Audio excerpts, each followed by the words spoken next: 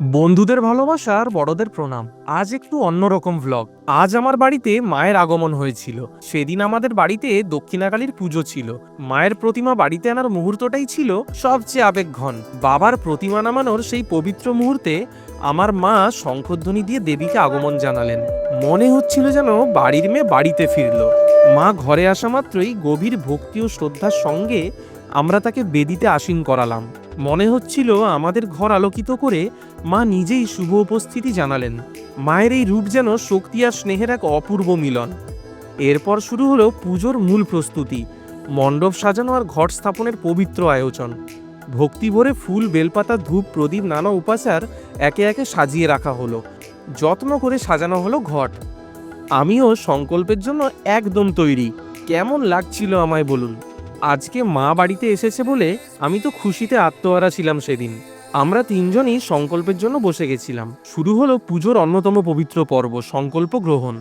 পুরোহিতের মন্ত্রোচ্চারণের মধ্যে ভক্তি ভরে আমরা মার সামনে নিজের নাম, গোত্র ও উদ্দেশ্য উচ্চারণ করে পুজোর প্রতিজ্ঞা করলাম। বিশ্বাস করুন, সেই মুহূর্তে যেন মন সম্পূর্ণ একাগ্র হয়ে গেল। মায়ের চরণে সব কামনা, প্রার্থনা ও ভক্তি সমর্পণের এক গভীর অনুভূতি চারিদিকে ছড়িয়ে পড়ল।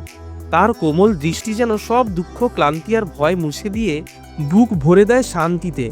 সেদিন পুরো পুজোর খুঁটিনাটি প্রস্তুতি তদারকি করেছেন আমার দিদাই। মা দক্ষিণাকালীর মুখে এক স্নিগ্ধ হাসি, চোখে গভীর স্নেহ। মনে হয় মা যেন তার সন্তানের সব কথা না বললেও বুঝে নিচ্ছিলেন। পুজোর মাঝখানেও দেখুন মা মেয়ের ভালোবাসা আর মা কালীর আগমনে তাদের এই আনন্দ স্পষ্টভাবে ফুটে উঠছিল। মা কালীর আগমনে আমার দাদুও ভীষণ খুশি ছিলেন। ওদিকে ঠাকুরের ভোগ রান্নাও জোর কদমে চলছিল। এরপর শুরু হলো পুজোর অন্যতম গভীর ও পবিত্র পর্ব, চণ্ডীপাঠ। পুরোহিতদের স্পষ্ট মন্ত্রোচ্চারণে চারিদিক ভরে উঠল দেবী মায়ার মহিমায়। এই রূপে মা আর মহাশক্তি নন, তিনি আমাদের ঘরের মা, যার কাছে অভিমান করা যায়, কাঁদা যায়, আবার সব দুঃখ ভুলে মাথা রেখে শান্তিও পাওয়া যায়। তার স্নেহময় উপস্থিতিতেই ঘরের বাতাস পর্যন্ত কোমল হয়ে উঠেছিল সেদিন। মন ভরে গেছিল এক অপূর্ব নিশ্চিন্ততায়। এরপর হলো মায়ের চক্ষুদান, পুজোর সবচেয়ে আবেগঘন ও পবিত্র মুহূর্তগুলোর একটি। আর ঢাকের তালে আর আশীর্বাদে ঘর ভরে উঠল আলো ও শান্তিতে। তারপর হোম হলো।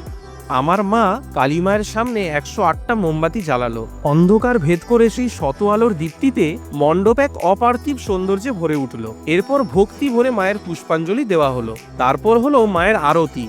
মনে হচ্ছিল মা এবার নিজেই সবার প্রার্থনা গ্রহণ করছেন আর মন ভরে আশীর্বাদ দিচ্ছেন। আমি তো মাকে বললাম, মা সবার মঙ্গল করো আর তুমি নিজে ভালো থেকো।